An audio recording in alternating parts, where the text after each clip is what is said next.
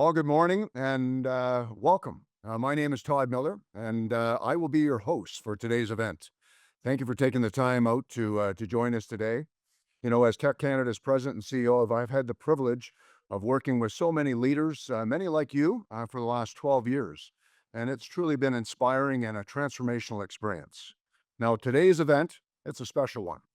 We're welcoming the Honourable Thomas Mulcair to chat with us about topics that are top of mind for all of us: the evolving trade relationship with both the US and within Canada.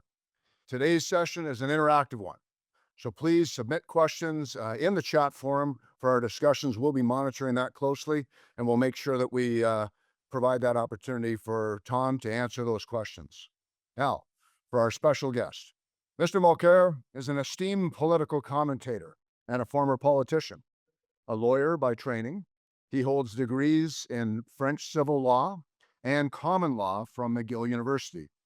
Before entering elected politics, Mr. Mulcair built a distinguished career in public administration. He began his legal career at the Quebec Justice Department, later serving as president of Quebec Professions Board, where he oversaw the regulations of professional orders. He also played a key role in legislative affairs and regulatory oversight, contributing to the governance of Quebec's institutions.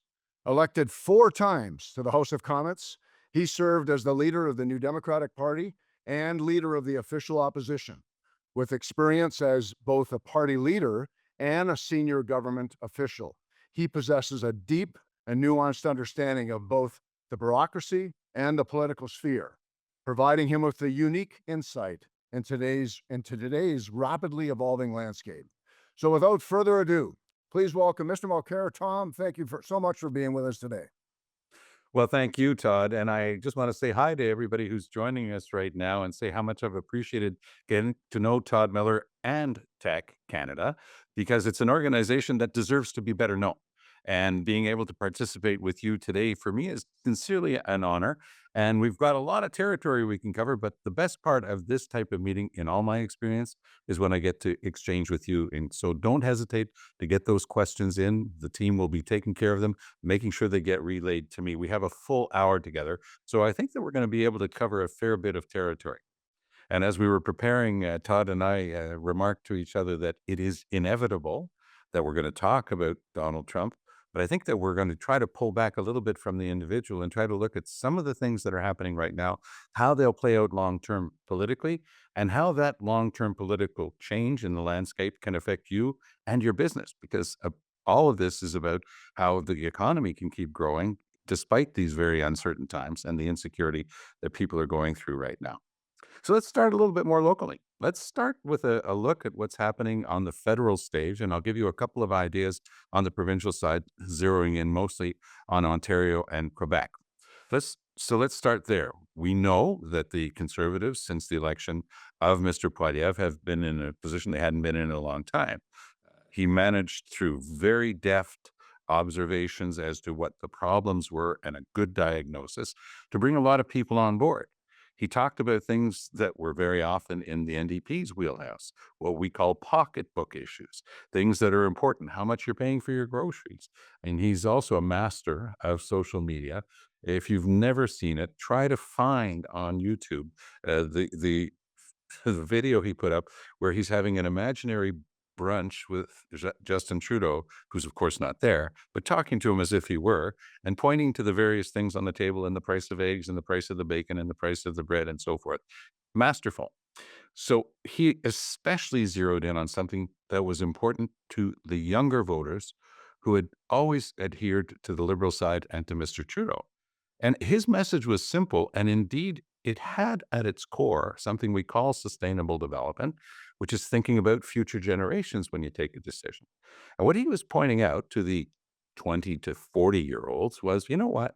You've got less of a chance of ever owning a home than your parents or even your grandparents. And even though his manner of speaking and his manner of going after things for some people can be off-putting, he was shaking things up. He was getting people to concentrate on things they hadn't seen before.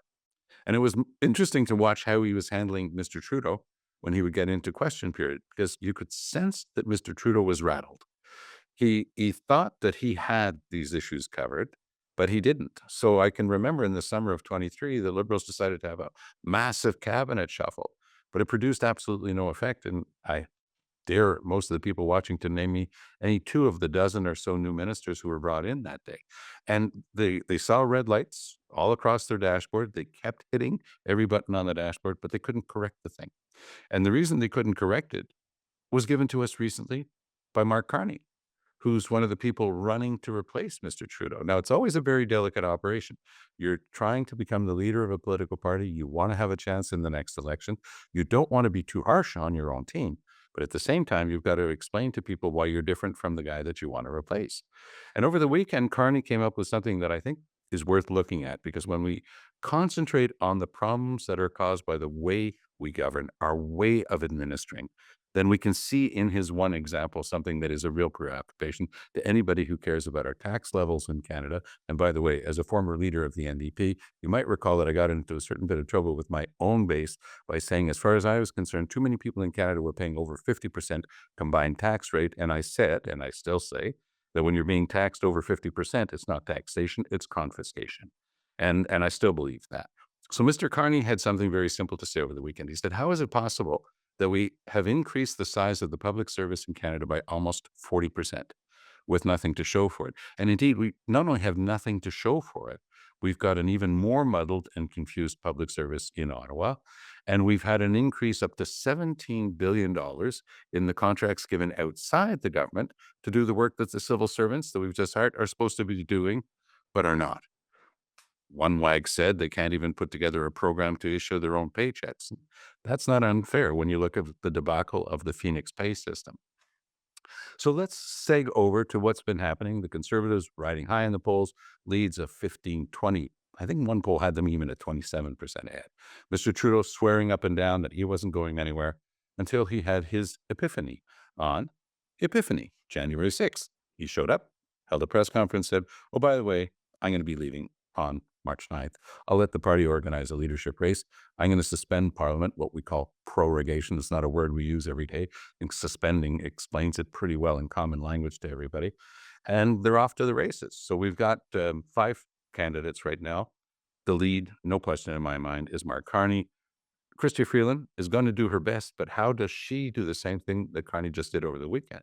How is she able to go after the key failings on the economic side of the Liberals under Trudeau without shooting herself in the foot? Because she was there every single step of the way. Now, when she quit, everybody was saying, oh, she's breaking off from Trudeau, but she can't break off from years and years of being around the cabinet table and with him for every single bad decision that they took. I think that on some levels, it's fair to say that the Liberals got some things right. Others will disagree with what I'm about to say, but I believe on the pandemic, the Liberals got it right, largely. Yes, we can quibble today with hindsight, which is always 2020, about whether their choices and the amount of money they pushed out was right. But if you look at the fact that overnight, millions of Canadians lost their livelihood, there was no work. They couldn't put food on the table. He made it his priority to get money into their hands, to put food on the table, to work things out as quickly as possible. Money was spent that's unbelievable. It makes your eyes roll when you think of how much was spent during the pandemic. But as we came out of the pandemic, as we look at how things are still to this day, I think that he did the right thing. On certain other things, he promised a new relationship with First Nations, Inuit, and Métis people. I think that largely he delivered. There's still tons of work to be done, but I think that largely he delivered. So it's not all negative we want to look at it. But if I were to name one Achilles heel for the Trudeau era, it's the economy. Because long before COVID-19 hit, the pandemic was there after Trudeau had already overspent to the tune of $100 billion. He had a simple nostrum. He kept repeating, no problem, money's cheap, interest rates are low, until they weren't. And then the problem, of course, was exacerbated. So again, Poilievre was not only dealing with his base, he was pulling in lots of people from the Liberal side, the middle of the road types. You know, we used to talk about them sometimes from the NDP point of view as orange blue switchers, because a lot of people were also leaving the NDP and saying, this guy's able to talk to workers. And that seemed to be working. And then 2 thunderbolts came out of the sky at the same time. One was, of course, what we just described, the need for a leadership race for the Liberals. But the second thunderbolt was the return of Trump. He had already been elected in November. We knew this was going to happen, but we didn't know what shape it was going to take. We should have listened to him when he said that he was not going to be a dictator except on the first day. And I don't use the word simply, and I don't think it's out of place to listen to Trump when he says he's just going to do whatever he wants. He's sending in someone who's never been through a process in Senate to get approved for a job, for a government department that is the most tentacular that they've ever built in the United States, this Department of Government Efficiency. And they're taking huge decisions with regard to individual lives, with regard to jobs. These are all the things of management. But at the same time, getting access, and this should be of preoccupation to every individual and corporate entity, getting access to every single receipt, slip, check, donation, everything that has ever happened that goes through the Treasury, that goes through the various government departments and agencies. A lot of this having to do with Elon Musk's own uh, uh, rivals in the marketplace, his competitors. It's an unbelievable situation. We don't think about it enough, but we shouldn't. There's a reason why income tax is secret. If you're earning money illegally, forget about the 99.99% who declare legal earnings. You still have to declare your illegal earnings. You won't necessarily be gone after, but because that's a secret between you and the revenue department. Doesn't matter which G7 country you're in. Everybody sticks to the same plan because you have to be able to deal on that level with absolute secrecy. Now, all of that information is being fed into the computers that are controlled by Musk personally. This is a question of who gets control and access to this information. And we tend to spend so much time worrying about Trump, we forget about the elephant in the room standing beside him with his 4-year-old, who is Elon Musk, who is rampaging through these government departments with no mandate from the public or from elected officials. He, again, unlike everybody else who has to go through a Senate approval hearing and a vote, he's done none of that. The agency itself is a standalone that exists between the 2 years of Donald Trump, and Elon Musk is out there changing things and affirming things based on my years in public administration can't be true. And Mr. Trump tries to push him to give anecdotes about the woman who did this and the fraud about that and the 140-year-olds who are still receiving benefits. This is the stuff of old wise tales. This is the stuff that people tell each other over a beer after work, that they heard from their brother-in-law that this is happening. But this is much more serious than that in terms of its long-term effect. And so to the extent that everything that's taking place right now will affect every decision your business is taking with regard to whether or not you invest in the States. And if so, is it with a gun to your temple, or is it because it's a wise business decision? What is the effect of currency changes? You all run businesses, you all care about currency and how it affects your business, but you actually have to now develop a very deep strategy for how to deal with these issues on top of everything else that you're trying to manage. Because in these times of uncertainty, this is something else that has to be looked at. So the arrival of Trump has completely changed everything that we're going through, but we've got a lame duck prime minister right now who yesterday decided he had an extra $5 billion in spare change to hand out to a consortium to build something that's been on the books for 30, 40 years that never gets built. And I hate to say it, even though I'm a big fan of the idea, I don't think this one's ever going to get built either. So then, in the face of all of that, how do we look at the situation and how do we deal with it? The Liberals fall into their leadership race. Carney seems to have the ability to talk economy better than anybody. And I'll make a little parenthesis to say I watched the entire Ontario debate on Monday. And the way Doug Ford won was with a one-word argument. He'd get from Marit Stiles, we need better healthcare. And he'd say, you can't have healthcare if you don't have an economy. He'd get from, from Mike Schreiner, you've got to do more about this or that to protect these. I'm in favor of all of that, but we have to have an economy. Bonnie Crombie would go after him on health. Oh, that's an important issue, but you can't take care of any of that unless you have an economy. Economy, economy, economy, economy. The guy who came into the picture, his name is Mark Carney, and it's hard for the Conservatives to attack him. First of all, Stephen Harper named him governor of the Bank of Canada, and we've learned, tried to recruit him as a candidate. He has a sterling track record. The Conservatives are trying to find, the odd person in England and putting them online and think the guy was a bum and he was no good. But that's not washing with the average Canadian. his numbers in the consistent polling, there was another Leger poll yesterday, but there have been different polls over the past couple of weeks that show that with him as the leader of the Liberals, it's basically in neck and neck in terms of the percentage, but we'd be into territory we don't know in Canadian politics because we'd be into an American style system, basically two parties. And we're not too sure how to navigate that one. When you look at the concentration of the Conservative vote in Alberta and Saskatchewan, mostly, and pretty strong in BC as well, then this might sound like an odd choice of terms. A lot of those votes are wasted. I don't mean that people's votes don't count, but what I mean is when you win a riding by 25,000 votes, you've won one riding. When you win a riding by 2,500 votes, you've won one riding. So the efficiency of the Liberal vote in areas like the Greater Toronto Area, which is about 50 seats, that's where this comes into play. By the way, that's how the Liberals won 2 consecutive elections with the greater number of seats, while they still lost the actual vote against the Conservatives, first against Andrew Scheer and then against Aaron O'Toole. So Carney seems to have what people are looking for right now, credibility on the economy. And it's something that people are paying attention to, even in my home province of Quebec, where the Ottawa stuff usually, it finishes somewhere at the bottom of the page. This has become a big issue. People are at least as concerned in Quebec about the economy as in the rest of Canada. And I will dare give you an appreciation that the history of Quebec is such that people's ability, against adversity, against, starting with the conquest and the way things have shaped up, always being the minority within the whole of Canada, people have a much different view when it comes to insecurity and instability. And they see in Carney someone who can give them some sort of calm in this I was going to say mega storm. I guess we could call it a mega storm. So that's for some of the local stuff. I touched on Ford ever so slightly, just to say that he walked onto that stage on Monday with a clear lead and about to win his election. He left that stage on Monday with a clear lead, and he's going to win the election.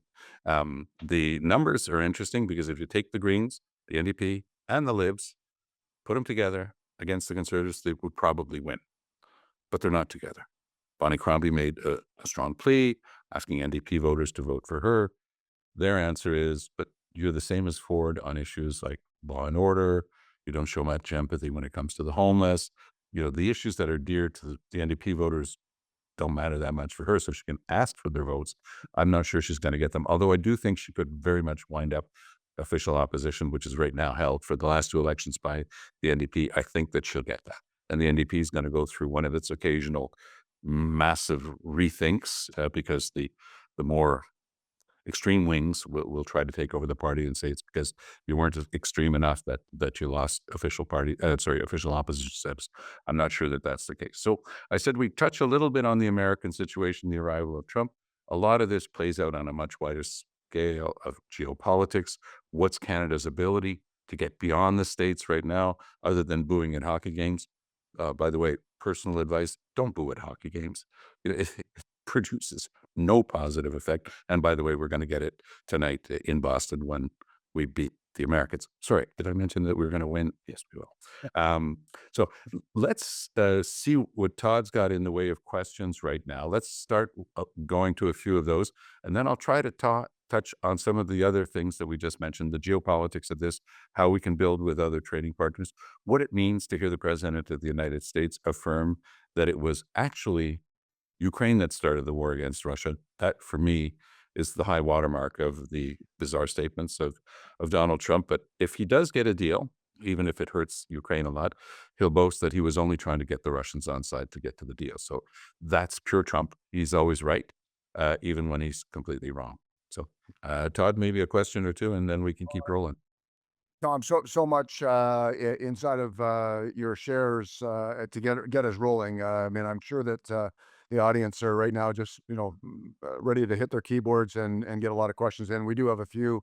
The one that I wanted to kind of start with, though, relates to just the whole tariff situation. And how did we get here? Like, what's your view on? I mean, I know our members right now are many of us are quite concerned, as we should be, about this notion of tariff 25. And when you think about the history and the trade agreements that have been in place, and then the one that Trump put in place, and now here we are with an aluminum and steel immediate 25% and possibly doubling down, and then another 25. How did we get here? Well, we got here because the United States is running trillions of dollars of deficit and can't control its budget. And so Donald Trump knows that he's been handed a bit of a poison chalice because he desperately wanted a second term. Now he's got it. But he looks at the books, and that's why he's got his buddy Elon Musk saying, I can save you a trillion here, I can cut all this here, without even thinking about how many people that would put out of a job, what that would mean in terms of the need for social services, the upheaval of just removing and people's lives. But how did we get to the tariff? Because Donald Trump believes in something very simple. He sees tariffs as money dropping into his treasury. He doesn't seem to understand, although he got one question from MSNBC that made me think that maybe he does understand it somewhere up there. He got a simple question was, how can you be sure that these tariffs won't raise prices for American consumers? And he brushed it away saying, well, I can't guarantee tomorrow, meaning I can't guarantee that. Because this is more than anything else. Canadians will feel an extraordinary crunch because it will be harder to export our products, and that'll hurt a lot of manufacturing jobs in this country. But what Trump knows is, and this is the actual number that's being used by people who've run this analysis, that the average Ford F-150 will go up $1,500 in the US. Even with these only 10% on Canadian petroleum products, you're looking at increasing a tank of gas like something in the order of 15, $20. Good luck explaining to an American that that's somebody else's fault. He'll blame Canada, but it doesn't wash. People will know that he's just taxing them. He's added a 10% tax to their gas. That's it. And so, and by the way, the companies will make sure they boost that up. They'll take an even bigger profit, and the 10% by the time it gets to the consumer will be more like 15 or 20, and everybody will hide behind the tariffs and then blame the other party. We've gone through about 2 generations, Todd, where we've moved towards globalization. We've moved towards a world where we've reduced tariffs, we've made trade easier, but two things happen. On the one hand, China always playing it close to the line. Some would say cheating. I don't think that that's totally unfair to say that they've cheated. Has given themselves an advantage where the right wing in the United States has looked at this and said, "You're crazy to keep going like this. You're giving them our money, and we've lost all our good manufacturing jobs." There's validity to that complaint. The core of that complaint is valid. At the same time, when you look around the world, it's a safer place. It's a better place when you have more trade and people have to get along and things have to keep moving.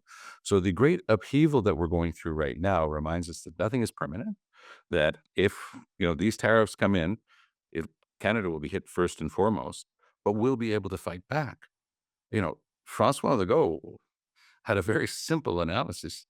Quebec, by the way, manufactures 60% of the aluminum used in the United States simply because one of the two ingredients, one of them is bauxite, the raw material. Quebec produces precisely zero bauxite, but we produce the other ingredient in aluminum, which is electricity.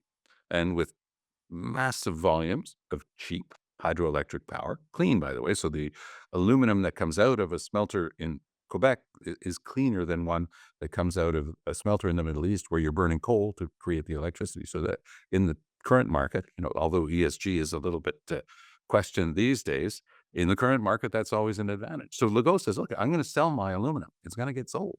But we'll be able to sell it at a better price because we're going to be avoiding his tariffs. It'll be an upheaval, but it won't be a loss of all the smelters and all the jobs. Trump cannot create those smelters overnight, and he couldn't even create most of them anyway unless he burns massive amounts of coal to produce the electricity. So a lot of this stuff is bluff. Trump got out of the starting gates. Very scary. Typical Trump. Exaggerated claims, exaggerated demands. He described it in his book, The Art of the Deal. This is what he's done his whole life. He exaggerates, he blows things out of proportion. But here in Canada, we're living it firsthand. We're living it as real fear in areas like Hamilton or in Jonquière, Quebec. Areas, and in Alberta right now, they probably figure they dodged the bullet largely with the 10%, but it'll still mean a lot of upheaval. Now, I'll just give you one thing, Todd, that I think that people know and they're starting to sense, but sometimes there's a silver lining in these things. Francois Legault had given a categorical no to what was called Energy East, an oil pipeline from Alberta to Right. the Atlantic.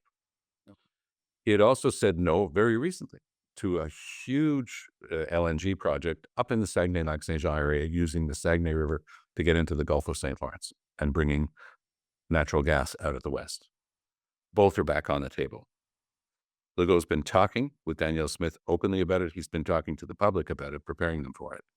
With regard to the LNG project, his minister had said a hard no based on his analysis 2 weeks ago, said, we had a couple of conditions. If they make a couple of minor changes, that deal could go through. That's a massive project, by the way. We're talking tens of billions of dollars. So for the country, we've got the new pipeline. Well, it was the old Kinder Morgan, but now the Trans Mountain to the West Coast.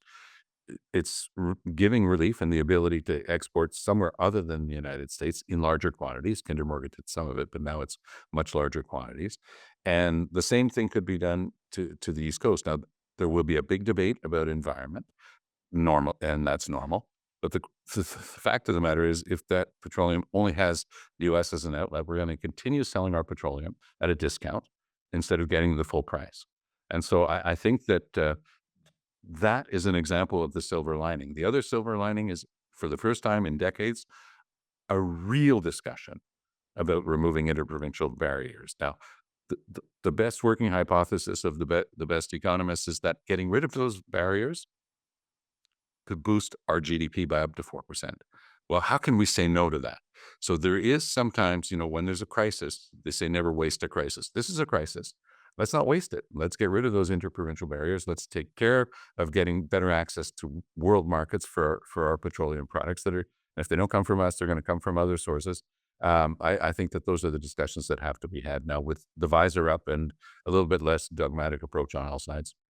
It's an interesting point, and many of our questions that are coming in, Tom, are pointed to the whole notion of interprovincial trade, and you would know better than perhaps all of us on this call today of the dilemmas that we faced as a country, and you're touching on a couple of potential changes and opportunities for us. Um, how quickly could all of that materialize? I mean, time is of the essence, perhaps. Well, we will have wasted the crisis if we don't get on it right away. And having those 10 premiers of the provinces and the 3 territorial premiers all there, they didn't meet people at the highest level, but they were in the White House, and it shows a certain amount of respect from the American side for the importance of their presence. And them saying they want to work together can get rid of a lot of this stuff. Now, it's always tricky. These things always come in with a rule, but sometimes the public can just understand with an example. Ottawa is a massive city. It's an agglomeration now that's much larger than the city that you used to know as a core. There's one pig farm there, one hog farmer. He produces thousands of hogs every year and sells every one of them to the United States because he's not allowed to sell them in Quebec. And before you light your hair on fire saying, "Oh, Quebec," the Quebec hog farmer, and there are lots of them, can't sell into Ontario. Why is that? We've got one agriculture ministry in Ottawa that's in charge of all this stuff. We've got the provincial stuff. We can't harmonize.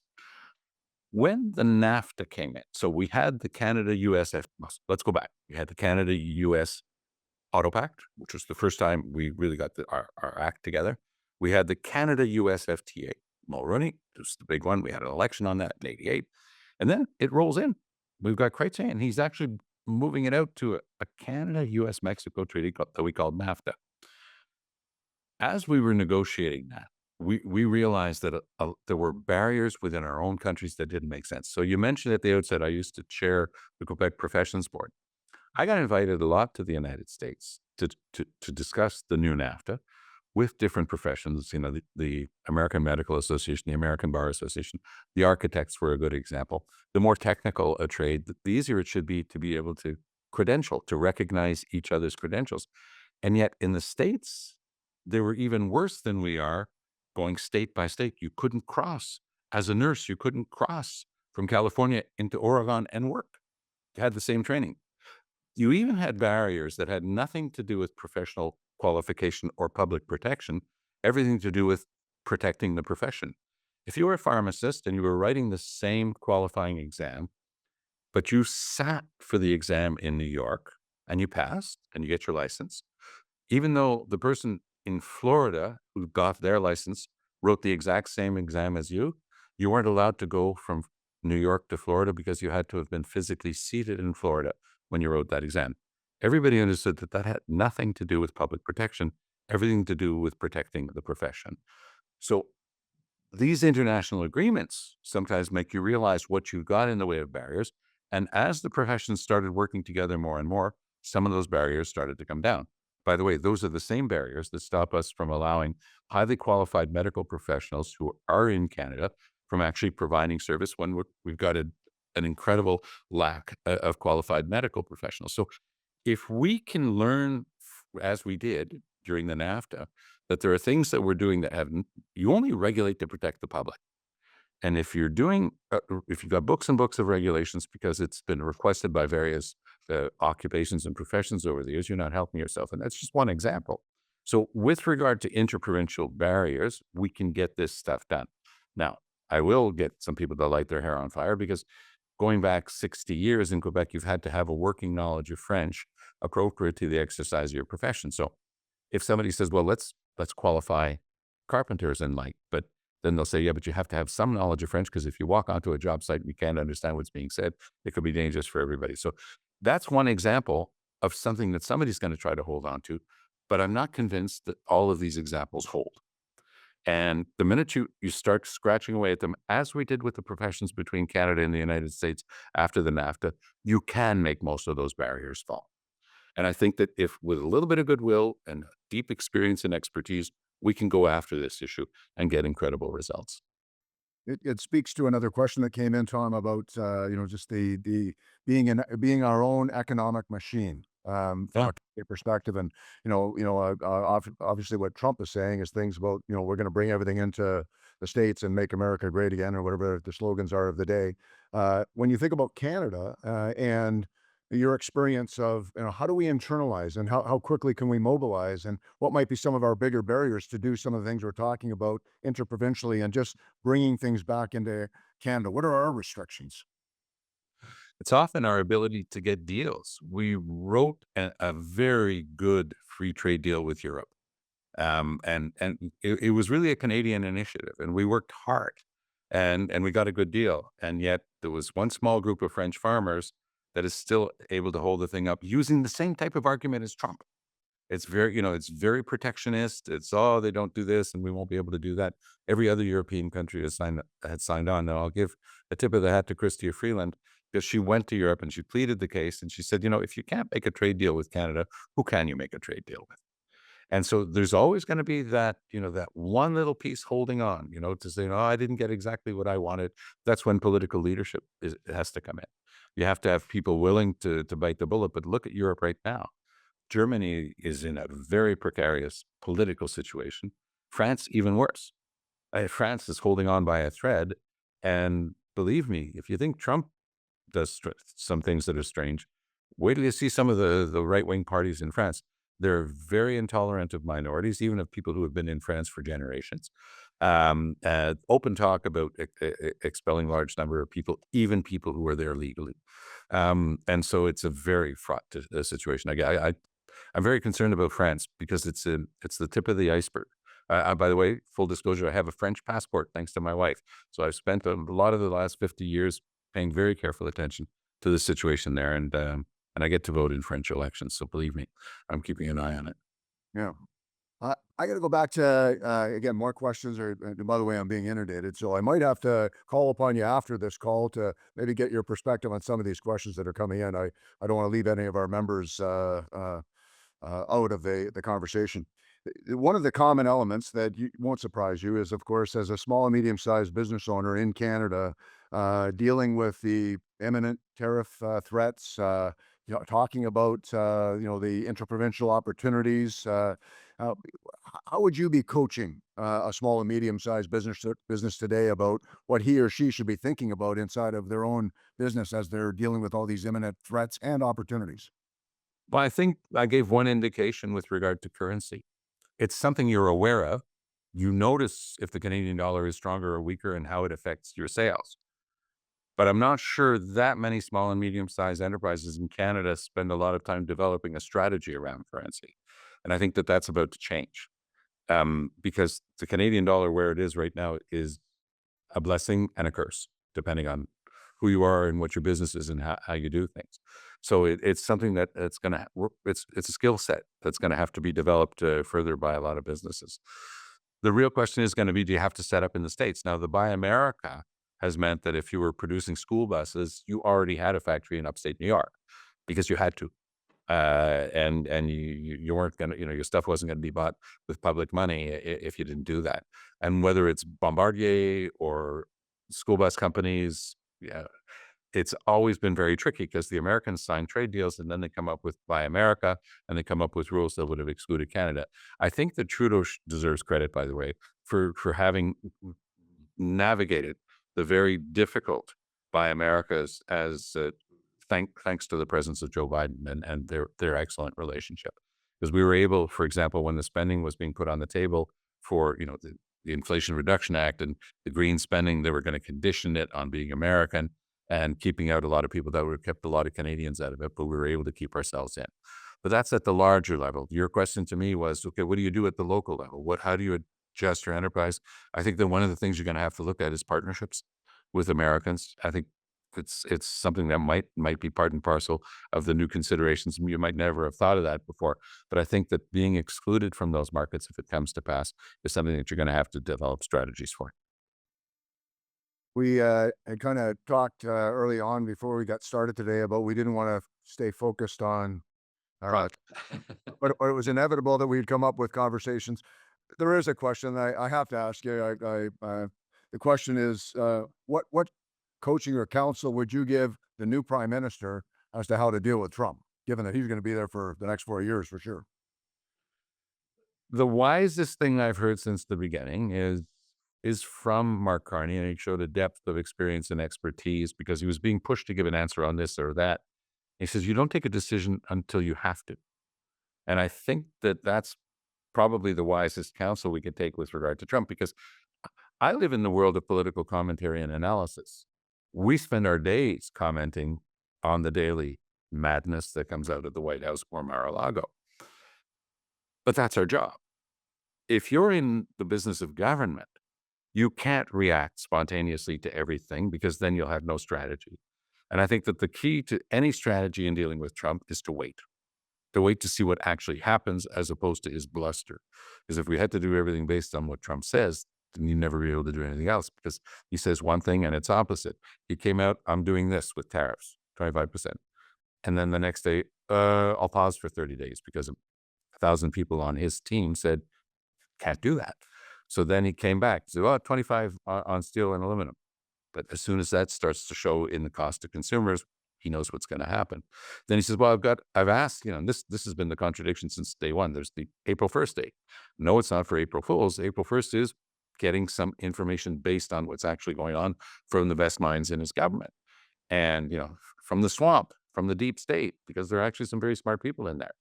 And he said he's going to wait for that on April 1st. What he does after that, it might be very different from what he's been saying he was going to do. So if we overreact, it's like booing at a hockey game on a completely different level. If we overreact to that on a government level, then I think we might be shooting ourselves in the foot.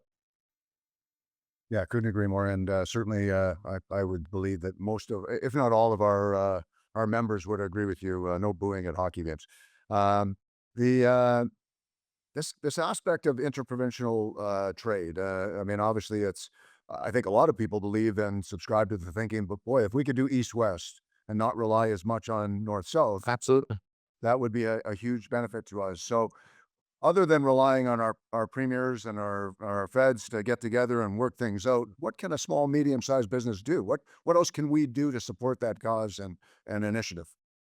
This might surprise you because, and by the way, full disclosure, I'm not an expert on artificial intelligence, but I was sitting down with a business person who had several factories that does very specific work in packaging, lots of employees, very successful, been at it for a long time. He has opened up, by the way, in the United States. He's looking to expand more and more throughout Canada. He hired a team from the University of Montreal and some business types to help him analyze his business and where his opportunities were. Now, I'm talking about a deeply experienced business person, very, very, very capable, and also very skeptical. But it was one of his sons who's in line to succeed him at the company, who persuaded him to go down this route. So they spent a little bit of money on this, and the university types were thrilled to have a beautiful case study to work on. And he talked to me in absolute awe and with a lot of humility about the results. He says, it's boosted my sales by 40%. Wow. And so, again, he explained to me what the difference was, the ability to take a deep dive on every potential customer and run it completely differently than anything that's ever been done before. So this guy had become a believer on the power of artificial intelligence correctly applied to give him new opportunities. And his first target was to work more with the rest of Canada, even though he does have a couple of factories in the States. And I think that that's one example of a technique, and it's a technique. It's a tool, but that can be used to good benefit. I would say, and it's not because you're here, Todd, but I would say that a group like Tech Canada that provides you with a mega network, an Uber network where you can talk and meet and deal with people who have gone through something similar, who know what the tricks are and who are willing to share them. I think that that's a godsend for a lot of these businesses. I just building on that a little bit, Tom. I'd love your perspective, and thank you for the in terms of the tip, in terms of your own experience of that particular company. When we think about lobbying, I've never fancied myself as a lobbyist, but I certainly appreciate your comment that we, as an organization, and certainly members, I would be encouraging members to do some aspects of lobbying to encourage. What would that look like in your mind, given your background? It might surprise you that my first reflex is not to have somebody go into Parliament and try to push your case. Okay. Lobbying is not necessarily walking through the lobbies of Parliament and trying to track down, the member from the fourth party who happens to be there that day. Lobbying is everything about your business, and that's of a concern for you. So it starts always at the local level, being involved. Sure, Chamber of Commerce, but be involved in other things in your community because your concerns, if you come out of nowhere and you've never spoken to anybody, you say, this is happening because of the current government situation. And can you help? The answer will be, I don't know you. I've never spoken to you before. So the idea of constantly making sure that you're in contact with other people, even if they're not directly involved in decisions that affect you, gives you a chance when the time comes to have people willing to give you a listen. Yes, if you've got a specific type of business and you need a regulatory change, you hire a proper lobbyist, you get them to go at it, you might even attend a meeting. Oh, and by the way, this is going to sound even more obscure, but I will share the one thing that those of us who have been in politics, because I did the 4 terms that you mentioned in Ottawa and I elected 3 times to Quebec City, be on time. Now, that might sound like the weirdest bit of advice you've ever heard, but people always underestimate getting into Ottawa or Quebec City or any capital, how hard it can be to navigate, to actually find a place if you're driving to put your car, to navigate through the myriad protections that are there now, all of the security. Look, I'll share with you that when I was the leader of the official opposition, people wanted to talk to us because they knew that we had a chance of forming the government and they wanted to make sure we were aware of their issues. It I can't tell you the number of times people would show up for their half-hour slice, because that's usually the time that you have, but 15 minutes have been used up because they weren't able to get there on time. So that's my best free advice, even though it sounds pretty obscure, that if you're ever gonna be into the direct lobbying part, take into account that they're gonna throw lots of time barriers at you and pad in a little bit more time for yourself. We'll take the advice, Tom. Thank you for that. A question comes up, and of course, we talk a great deal in our community about productivity. And of course, in Canada, it's been widely spread. I think somewhere on CTV, I might even heard you and the panel talking about productivity and the measurements of productivity in Canada. When you think about productivity as it relates to, I guess, government, federal parties, what do you think's the best position to support business in enhancing productivity across Canada? Get out of their way. In my home province, the government always thinks that it should be involved in business. It shouldn't. It's usually a flop. They're not good at picking winners. Get out of the way. Make conditions good for businesses to make their own decisions, but get out of their way. With I think that that's the simplest way of summarizing it. I think that governments could be well intentioned, but when you've got such a heavy debt burden, it's easier and easier to look south of the border. And Trump has been concentrating on relieving the debt burden on businesses. So if you let the people who do the creation of work actually create the work, let them create the economic opportunities. One word though that I will share is the actual word productivity. We did studies when we were in Quebec City, and we used the same information at the NDP. Whenever somebody in government talks about productivity, workers here, you're telling me I don't work hard enough.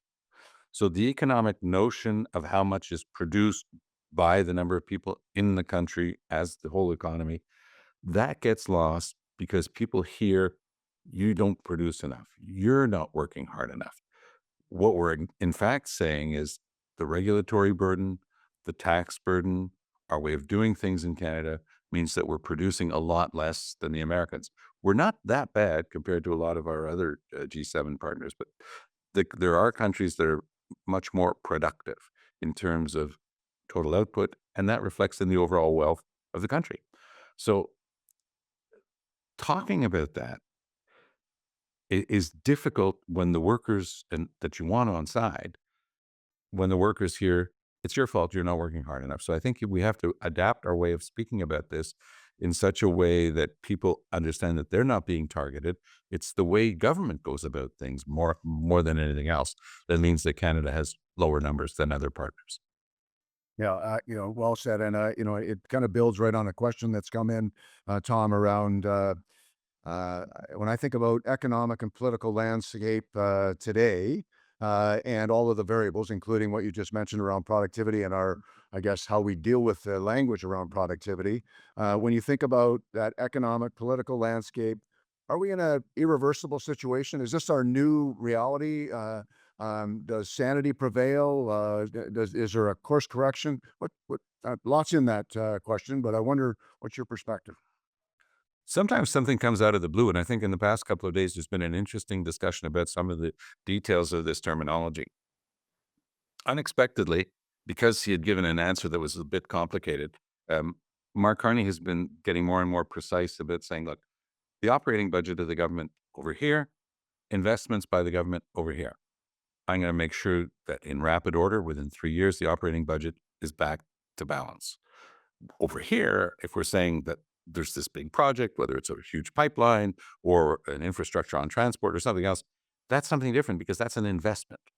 Now, there's tricky stuff in there because what do you call the large investment that Canada has now made in daycares, in providing early childhood education? All of the best economists who have looked at the Quebec system, which was already in place, have all concluded, and these are people who have they're not one-sided, they're not with one party or another. They've all said that the Quebec model, which they've tried to bring in a little bit federally, has produced phenomenal economic results and much more productivity because women were allowed back into the workforce and it didn't the burden on families was not too heavy, and it's been a rousing success. So that's something that helps productivity. Now, where would you navigate that? So where does that fall in the Carney, division? What would happen? Mr. Poiliev has given three different answers in successive interviews. He tends to talk about this stuff more in French than in English. He's given three interviews with Emmanuel Latraverse, who works with me at LCN, the French All News Network on the private side. He said in a first interview, he said, I won't touch social programs. That was too blanket a statement. Everybody knew it wasn't possible.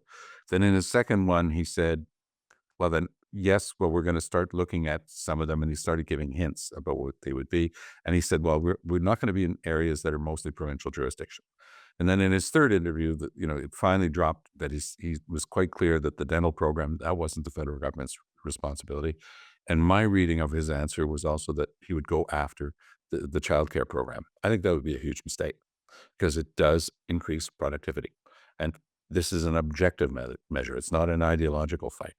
So I think that Carney has also signaled, in my view, in my reading of it, Carney has also signaled that the dental program is not long for this world because the real question is, what is the federal government doing taking care of your teeth?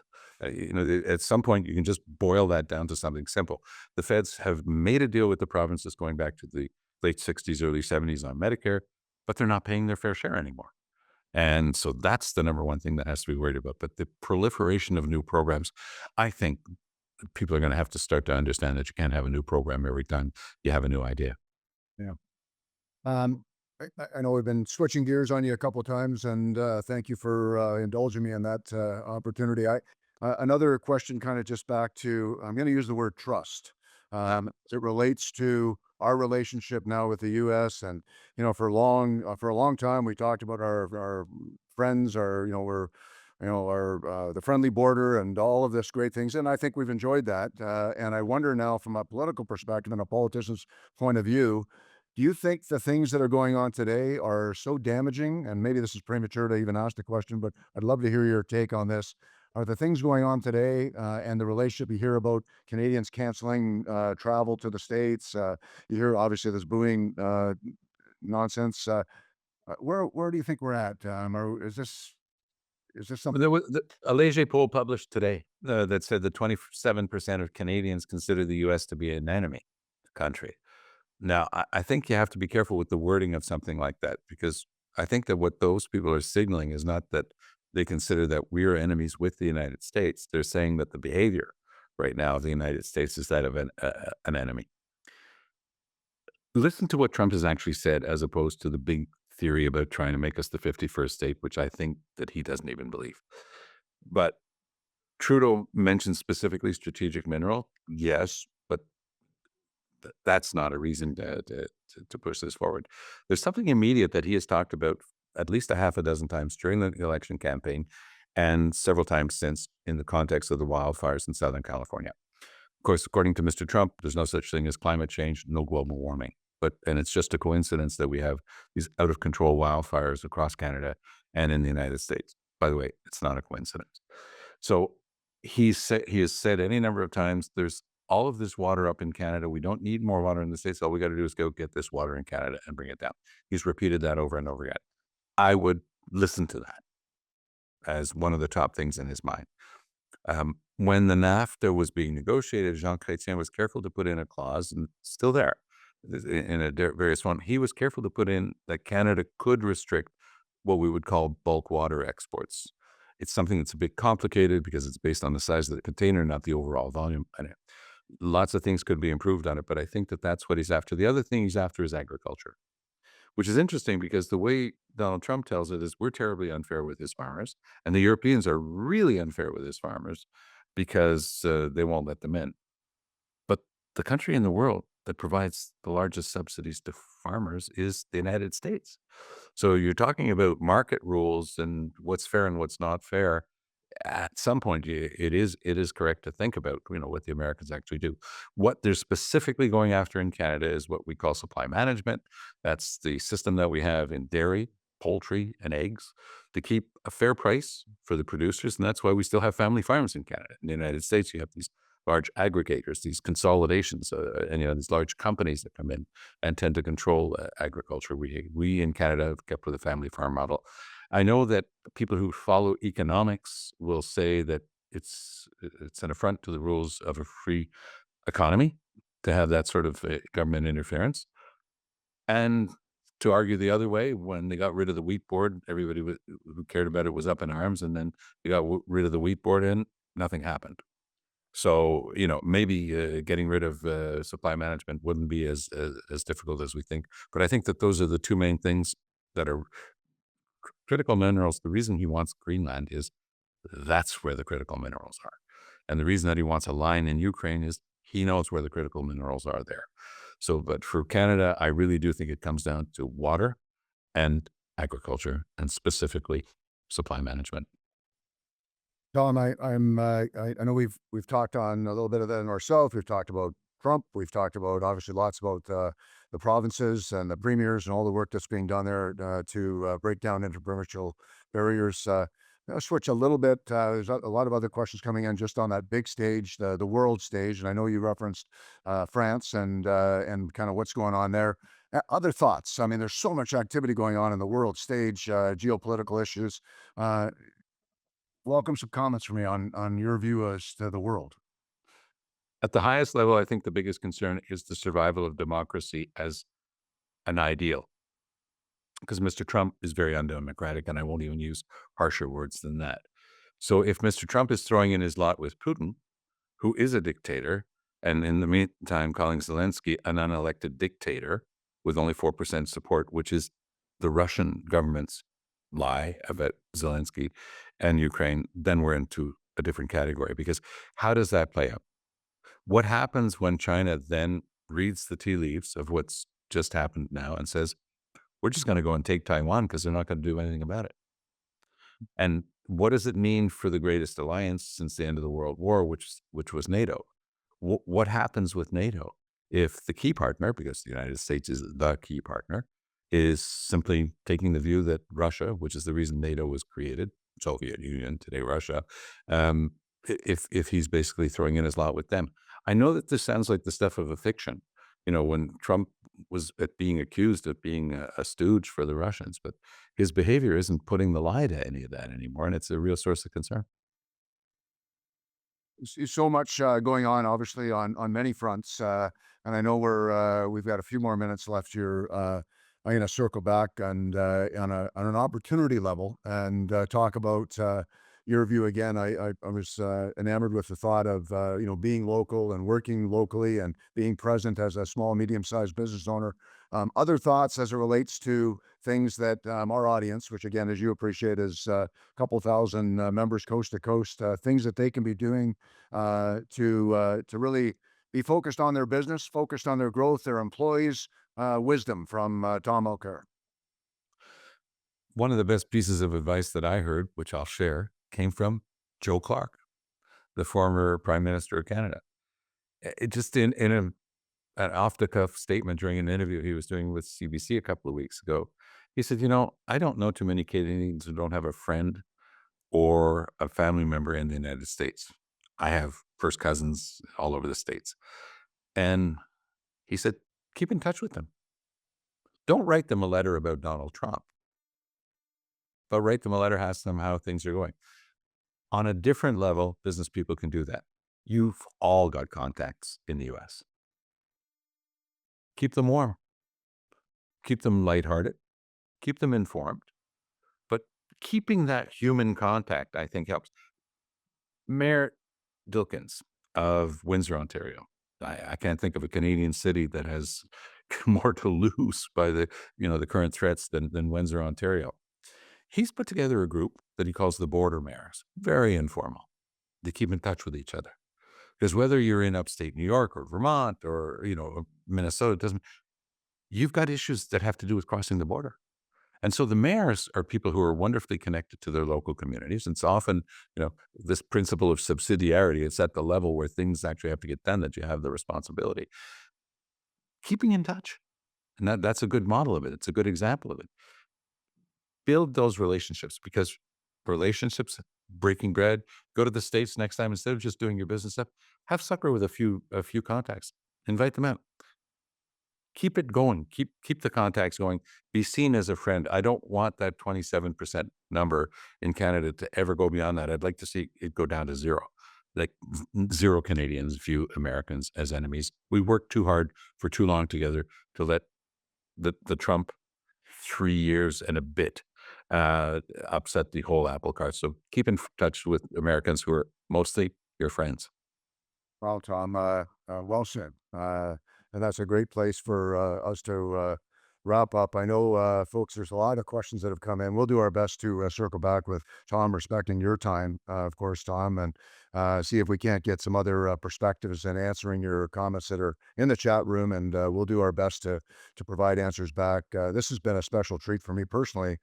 Tom, I've enjoyed this conversation. I'm a big fan on watching you on a regular basis on the various panels that you participate on. And I know many of our members, quite frankly, they chimed in with that same comment as well. So keep up that great work, my friend. Thanks so much, Todd. Keep in touch. I'm looking forward to the next time.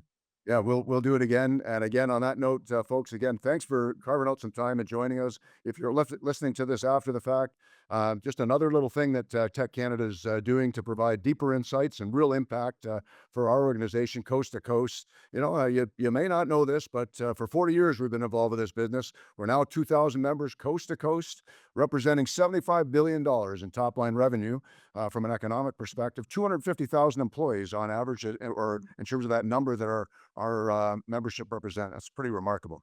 On that note, I'll wrap it up. Tom, thank you for a great session. Pleasure. And Have a great day. All the best.